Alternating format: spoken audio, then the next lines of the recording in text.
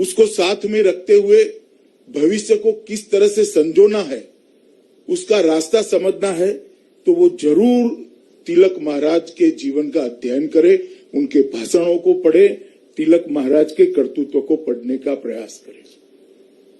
यह रास्ता उनको आने वाले दिनों में नरेंद्र मोदी जी ने जो न्यू इंडिया और आत्मनिर्भर भारत की कल्पना दी है, वो कल्पना को चरितार्थ करने के रास्ते पर ले जाएगा। आज जब हम यहां पर खड़े हैं, तब तिलक जी को 100 साल समाप्त हो रहे हैं उनकी मृत्यु को, मगर आज भी उनका व्यक्तित्व, उनका काम, उनका विचार और उन्होंने शुरू की हुई परंपरा आज भी इतनी ही रिलेवेंट दिखती है, इतनी ही प्रासंगिक दिखती है जितनी 100 साल पहले थी। यही बताता है कि वो कितने दूरदर्शी नेता थे, भारत को समझने वाला, भारतीय जनमानस को समझने वाला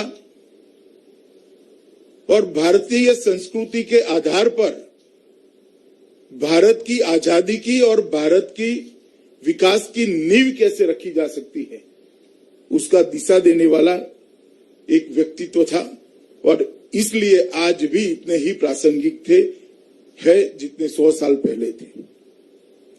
और देश के युवाओं ने, मेरा आग्रह है उनको कि जरूर एक बार आप तिलक महाराज के जीवन कवन को पढ़ने का, उसका अध्ययन करने का प्रयास करिए। आपके जीवन की बहुत सारी दुविधाएं वहीं से समाप्त हो जाएगी और बहुत सारे आज के समय के लिए भी बहुत सारे नए रास्ते आपको खुले हुए दिखेंगे।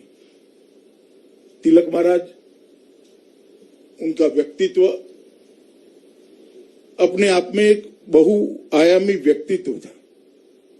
ढेर सारी उपलब्धियां होने के बावजूद भी कोई व्यक्ति जमीन से जुड़ा हुआ कैसे रह सकता है, सादगी को कैसे अपने जीवन का अंग बना सकता है, अगर वो देखना है तो तिलक महाराज के जीवन से ही देख सकते। लोकमान्य तिलक के जो ईश्वर दत्त मूर्धन्य बुद्धि प्रतिभा मिली थी, उसको वो अपने व्यक्तिगत जीवन में उपयोग कर सकते थे।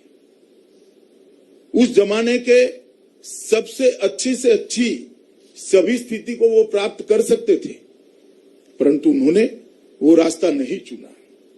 समाज को जागरूक करना, समाज को देश के आजादी के आंदोलन के साथ जोड़ना, समाज को विस्मृत हो रही अपनी संस्कृति के साथ जोड़ना, स्वधर्म, स्वदेश और स्वदेशी की भावना के साथ जोड़ना, यही उन्होंने अपने जीवन का लक्ष्य बनाया।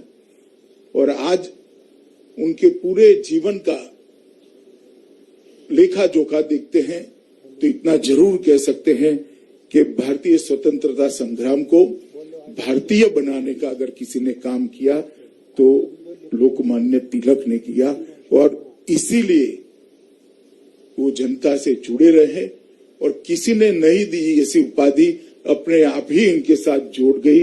लोकमान्य की उपाधि इनके साथ जुड़े, स्मरण करते ही बताता है कि वो कितने धरातल पर काम करते हैं।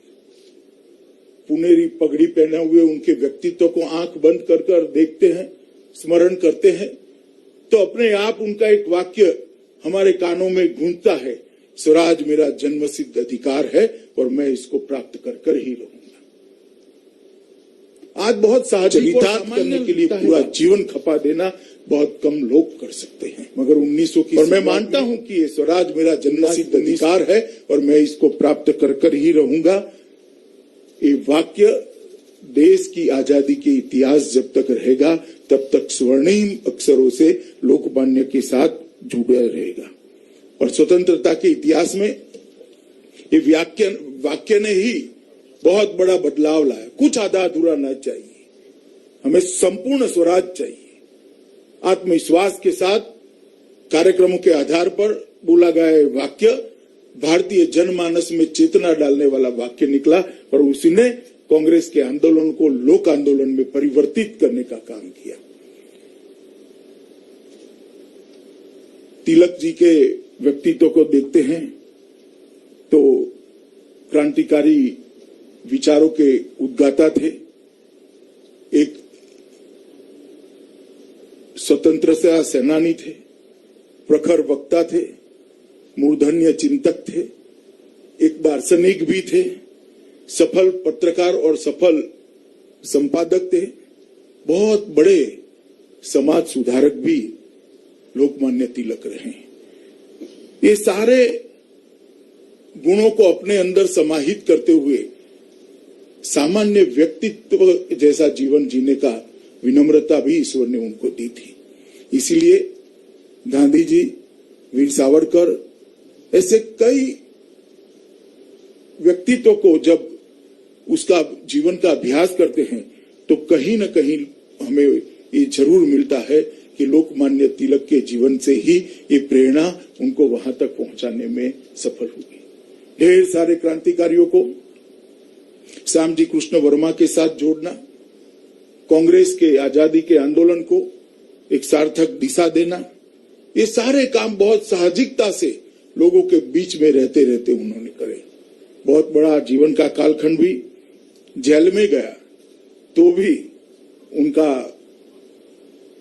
कर्तृत्व की गति इतनी तेज और द्रुत गति थी कि उनको काम करने से अंग्रेज नहीं रोक पाए।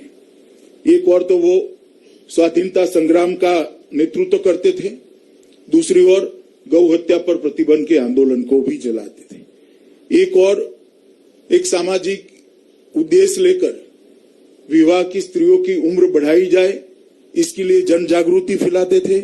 दूसरी ओर केसरी और मराठी का संपादन कर राष्ट्र भावना को जागरूक करने का काम करते थे। एक और बंग भंग का महाराष्ट्र के आंदोलन का नेतृत्व करते थे, तो दूसरी ओर शिव जयंती और गणपति उत्सव, ये दोनों को उन्होंने लोक आंदोलन में कैसे परिवर्तित किया जा सकता है, इसका भी लोगों के सामने उदाहरण रखा और वहीं से भारत की आजादी के आंदोलन की दिशा और दशा दोनों बदल गई।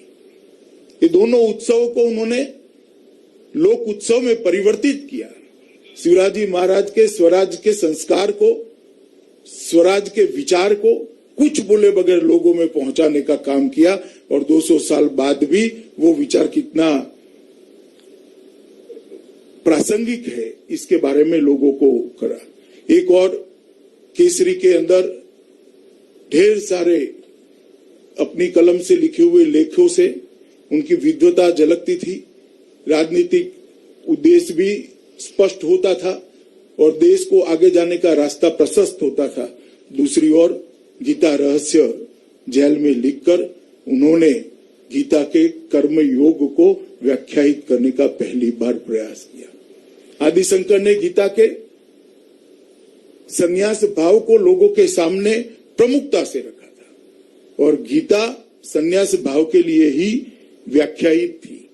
लोकमान्य तिलक ने गीता रहस्य, गीता की टीका लिखकर उन्होंने गीता के अंदर पड़े हुए कर्मयोग को लोगों के सामने रखने का काम किया और संसार के अंदर काम करने वाले कई लोगों के लिए आज भी ये गीता रहस्य उनके जीवन का मार्ग बनी है।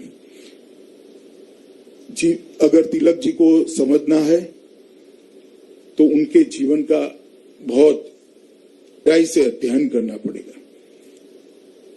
गांधी जी, वीर सावरकर, श्री अरविंद, मदन मोहन मालवीय, उनके विचारों को पढ़ते हैं और तिलक महाराज के विचारों को पढ़ते हैं तो जरूर मालूम पड़ता है कि चारों विभूतियों पर तिलक महाराज का एक बहुत गहरा असर था और वो अपने आप में एक ऐसा इंस्टीट्यूट थे जिन्होंने भारतीय सोच को दृढ़ीभूत करने का काम किया, भारतीय सोच को आगे बढ़ाने वाले व्यक्तित्वों के निर्माण को प्रेरित करने का काम किया, भारतीय सोच को व्याख्यायित करने का काम किया और भारतीय सोच को व्यवहारू बनाने का भी काम किया।